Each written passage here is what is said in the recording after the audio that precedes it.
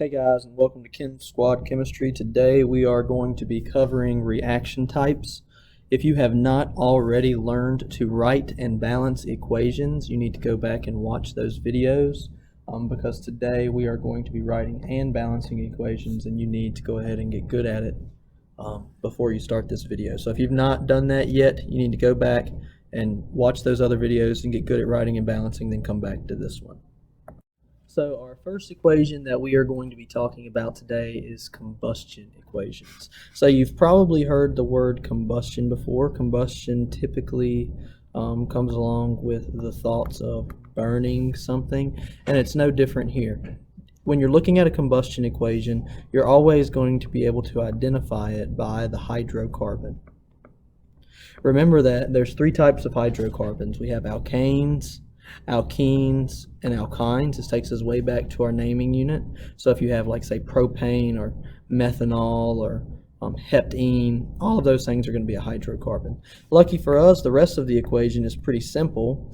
We're just going to always add oxygen, because the only way that something can burn or combust is in the presence of oxygen, and that's O2. Remember, oxygen is part of Brinkelhoff. And the products are always going to be the same. It's going to be CO2 and H2O. So here is what a combustion equation looks like, where the hydrocarbon is the only thing that will ever be any different. So we're going to do a couple practices with these, but you need to keep in mind that you have to identify them, these equations, as combustion equations. You may see a problem that looks like this. They say identify the type of equation and write a balanced chemical equation. So here we have ethene burns. So it's up to us to decide what type of equation and to write it. We know that ethene is C2H4. Remember that Eth tells us that it is...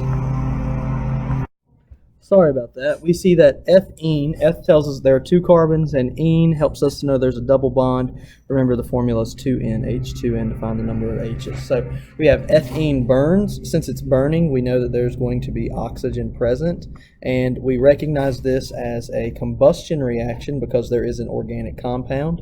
So our products are always going to be the same. That's going to be CO2 plus H2O. This is actually a really simple equation to write because the reactants and the products are always going to be the same. Sometimes organic compounds, when they burn, it's very hard to balance these equations. So let's go ahead and practice these. We see that there's carbon, hydrogen, and oxygen on both sides.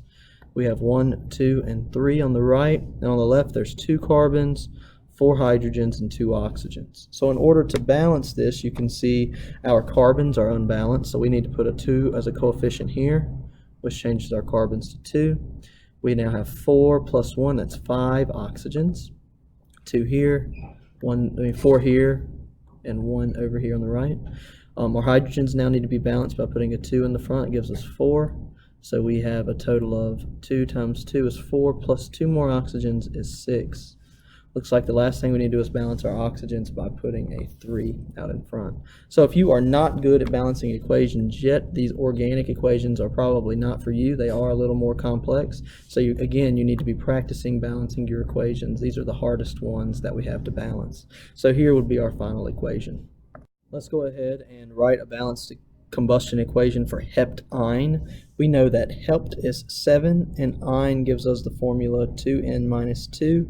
So it's going to be 14 minus 2, which is 12. So C7H12.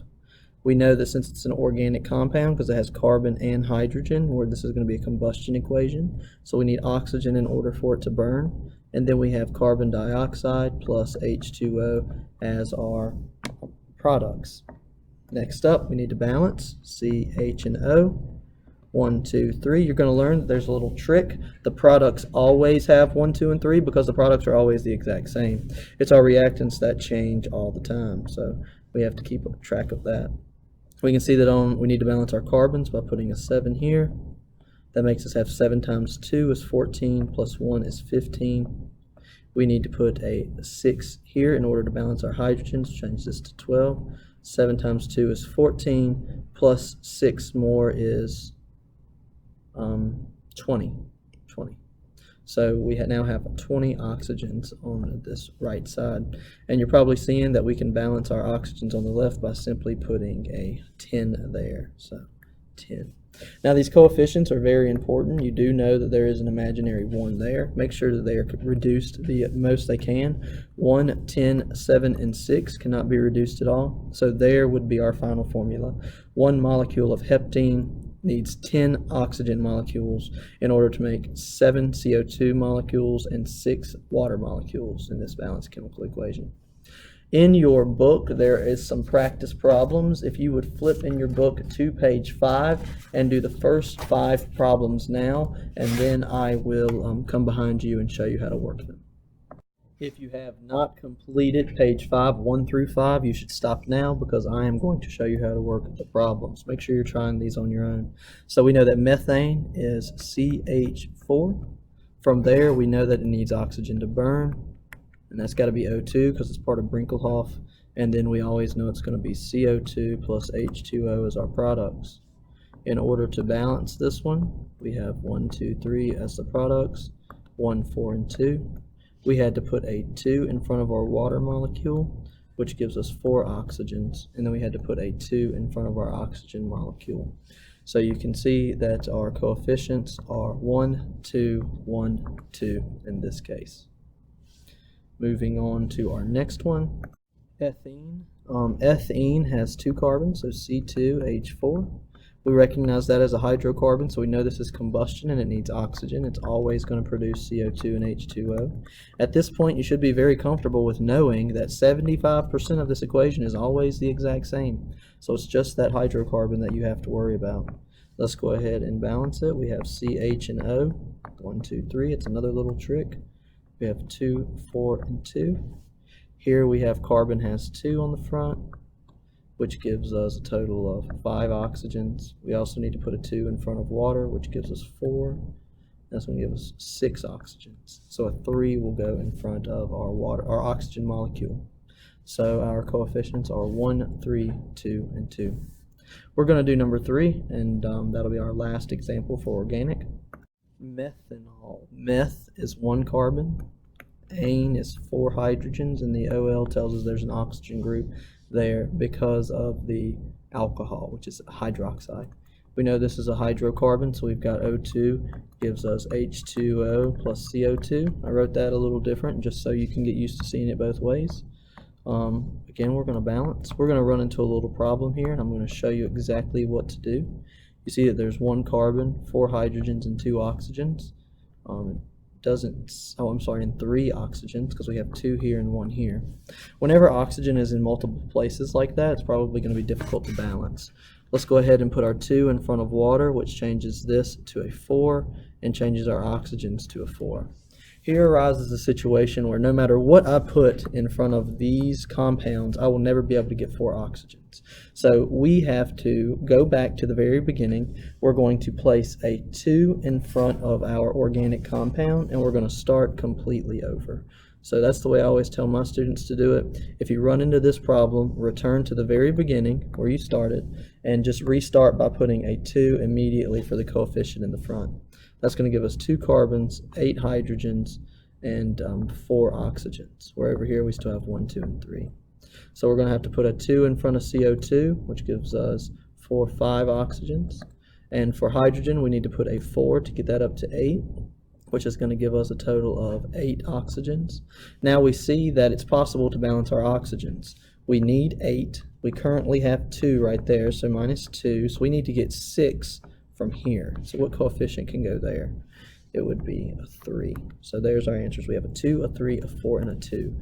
And you notice that none of these can be reduced. So again, my little trick with organics is that you just go back to the very beginning if you get stuck and change your organic compound to a 2 coefficient, and that will help you to balance your equation. If the 2 doesn't work, go up and try 3. So moving on to our next type of reaction, we have the decomposition reaction. So a decomposition reaction is exactly what it sounds like. It's going to be breaking down something. In this case, it's going to be a large compound breaking down into either a smaller compound or typically smaller individual elements. So if we want to look at that in the form of variables, we would have something like AB, where A and B is a compound, and that is breaking down into A plus B. So you can see we start out with something that's very large, and we break down into something that is smaller. Let's look at a couple of examples of this. We have ZnCl2 would break down into Zn plus Cl2. You see that we have a compound breaking down into two smaller elements. Or what about Ag3N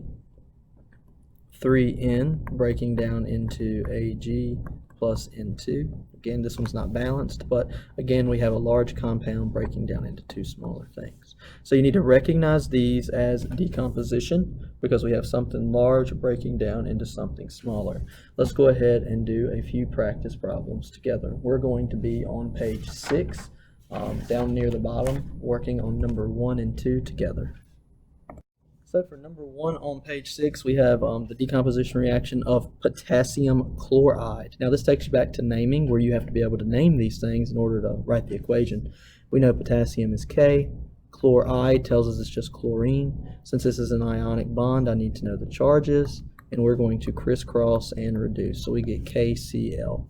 Now, as you imagine, KCl is not going to break down into something crazy like gold and zinc. It can only be these two elements. So we're going to write them, K plus Cl. You see how on our product side they are no longer a compound. They are now individual elements. But something is wrong here. You can recognize, hopefully from the saying we learned, BRINCLHOF, some elements exist as diatomics, meaning they can't exist all by themselves. If we look at potassium, we see that it's not in a bond, so its charges doesn't matter. And it's not in Brinkelhoff, so it's not a diatomic. It's perfectly fine for there to be a potassium all by itself just like that. When we look at chlorine over here, we also see chlorine is not in a bond, so its charge doesn't matter. But it is all by itself. So that tells us, hey, chlorine's part of Brinkelhoff. There must be a 2 with chlorine. And yes, that unbalances your equation, but we can simply fix that.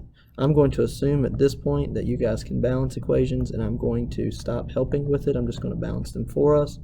But you can see that there needs to be a 2 over here to change Cl to 2, and a 2 back over here to change potassium back to 2. So here would be our complete decomposition equation, where we have a large compound breaking down into two smaller elements. Yes, there are 2 chlorines there because they're part of Brinkelhoff. Next up, we have the decomposition of calcium oxide, number 2 on page 6. So we know that calcium is Ca. Oxide tells us it's just oxygen. Since this is an ionic bond, we need to deal with their charges. They're going to crisscross and get Ca2O2, and then they need to reduce. So we end up with CaO. Now, what do you think these are going to break down into? What do you think calcium and oxygen are going to break down into? It's kind of a silly question because obviously it's going to break down into calcium and oxygen. You ask yourself, is it okay for calcium to be alone? Yes, it is, because it's not part of Brinkelhoff and it's not in a bond. Is it okay for oxygen? No, it's not. Oxygen is part of Brinkelhoff, so therefore it's a diatomic. You notice how we write the diatomics 2 as a subscript, not as a charge. Charges only matter when you are in a part of a bond. So this unbalances our equation, and we simply balance it by putting 2's there. Pause the video now and work numbers 3, 4, and 5 on page 6. Alright, so hopefully you have finished numbers 3, 4, and 5. I'm going to work numbers 3 and 5 with you so that you can see if you got it right. Mercury is Hg. This Roman numeral 2 right here tells us the charge of 2. Oxygen is O2, so we end up with HgO after we reduce our problem. That's going to break down into mercury and oxygen. Hopefully you put a 2 on oxygen because it is part of Brinkelhoff. See it right there, it's a diatomic, so it needs a 2. Mercury didn't get the 2 because it's not part of Brinkelhoff. It didn't get its charge because it's not part of a bond.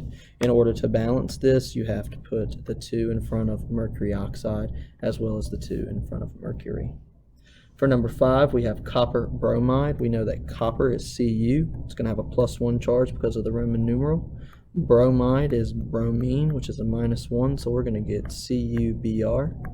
And as you can see, Cu and Br breaks down into Cu and Br. That's right, Br needs a 2 because it's part of Brinkelhoff, and again we have to balance the equation. So this is what this problem would look like. If you did number 4, you should have gotten sodium chloride breaks down into sodium plus chlorine, which is part of Brinkelhoff, and again we have our 2's. So that is our decomposition reaction. Next up, we're going to work on the synthesis reaction. We're going to be back on page 5 at the bottom at number 1. So our synthesis reaction is going to look very familiar. The synthesis reaction is actually the opposite of decomposition. Decomposition means to break down. Synthesis means to put together. So putting together free elements to create a compound. Let's take a look at an example. Let's say we have some sodium and we have some chlorine. If we want to put them together, they're going to make sodium chloride.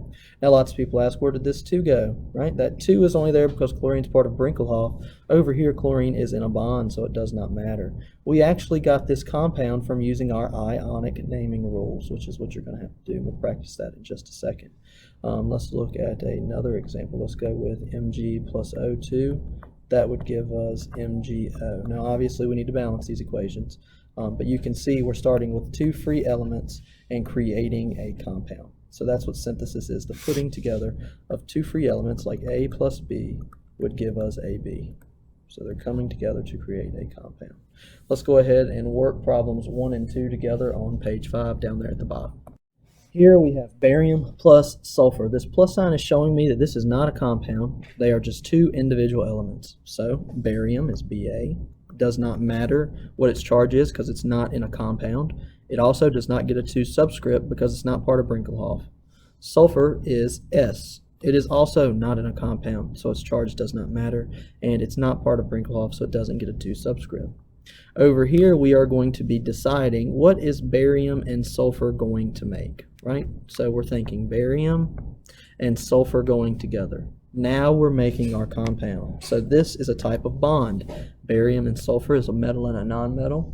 Barium has a +2 charge. Sulfur has a -2 charge. You can see our ionic bond forming. So we would get Ba2S2, but you have to reduce that. Don't forget your ionic naming rules. So we end up with BaS. So here would be our complete synthesis equation, and it's already balanced for you.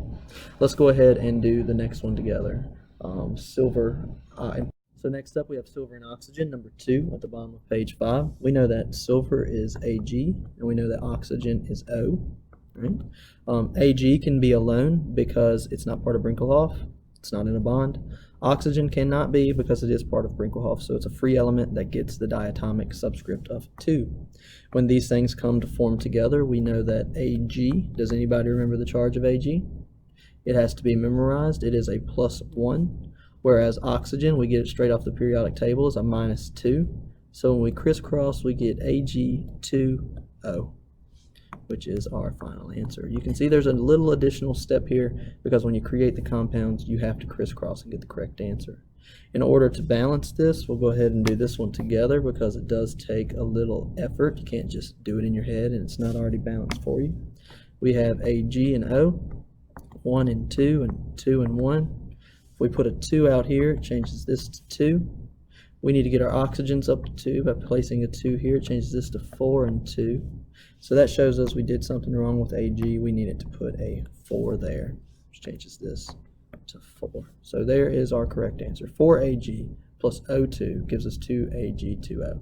So if you have not already finished numbers 3, 4, and 5 at the top of page 6, go ahead and do that, and I will come back with you in just a few minutes and do number 3 and 5 with you. So pause the video now and work on those problems. So for our first problem here, number 3, we have, on page 6, we have aluminum and oxygen. You should have known aluminum was Al and oxygen is O2 because of Brinkelhoff. They crisscross. We know that aluminum has a +3 charge, so it's going to be Al2O3. Aluminum is a +3, oxygen is a -2, so they crisscross. In order to balance this problem, we needed to put a 2 here, a 3 here, a 2 here, which causes our aluminum to get out of balance. So we come back and we fix this by putting a 4 there. So this one was difficult to balance. You had to see that there were 3 oxygens on the product side and only 2 on the reactants. So we had to take those to the least common multiple of 6. The next one on our list is hydrogen plus nitrogen. So we're looking at number 5 on page 6. Hydrogen is H, nitrogen is N. Both of them are part of Brinkelhoff. So when they combine, we know it's going to be H and N, but we need to figure out how much of each. Hydrogen is a +1, nitrogen is a -3. So when we crisscross, we're going to get H3N. Now, in order to balance this, it's a little bit of work. We're going to put a 2 over here in front of this, and a 3 in front of our hydrogen, which gives us all of our correct coefficients. So there you have it. You have now learned to recognize and know synthesis, combustion, and decomposition reactions. On the next slide, I am going to write just a brief description of all of them if you would like to stick around for that. So our organic bonds is always going to have a hydrocarbon and oxygen, and that's always going to make CO2 and H2O. That's how you're going to recognize it, is by this hydrocarbon and this oxygen. They're not always going to tell you oxygen, but you need to know that if it's a hydrocarbon, it's being burned or is being combusted, it always comes with the oxygen. Next up, we have decomposition. Remember, that means to break down. So we are going to have a large compound like AB, and that's going to break down into A plus B. Remember that you always have to keep in mind Brinkelhoff when you're writing these. And lastly, we have synthesis, which means to make. So we are going to be making a compound. So in this situation, we have A plus B is going to give us AB. Do not forget to crisscross over here if ionic. So those are the little basis rules that help me to remember the 3 things, and you should be able to recognize all of these from a list. And on page 7 there are a bunch of practices with these 25 practices. If you would like to go ahead and do 1 through 10, just go down and decide, are these organic, are they decomposition, or are they synthesis? And I'll give you the answers to that in just 1 second. So if you have not already answered 1 through 10, just the reaction type, go ahead and pause and wait to do that now.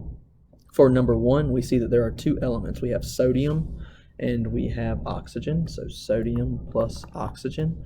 Obviously something's being put together here, so that would be a synthesis problem. Just going to write SY for synthesis. On number 2, it's butane. We know that ane is an organic compound, butane, so that would be an organic compound. This tells us that that is combustion. For number 3, we have iron 3 chloride. So iron plus 3, chloride minus 1, we get FeCl3. Looks like that's one big compound, so we know it's breaking down into something, most likely iron and chlorine. So this would be a decomposition reaction. Number 4 would be a synthesis reaction. Number 5 would be an organic reaction. Number 6 would be a synthesis reaction. Number 7 would be a decomposition reaction. Number 8 would be a synthesis reaction. Number 9 is a combustion reaction. And number 10 is a decomposition reaction.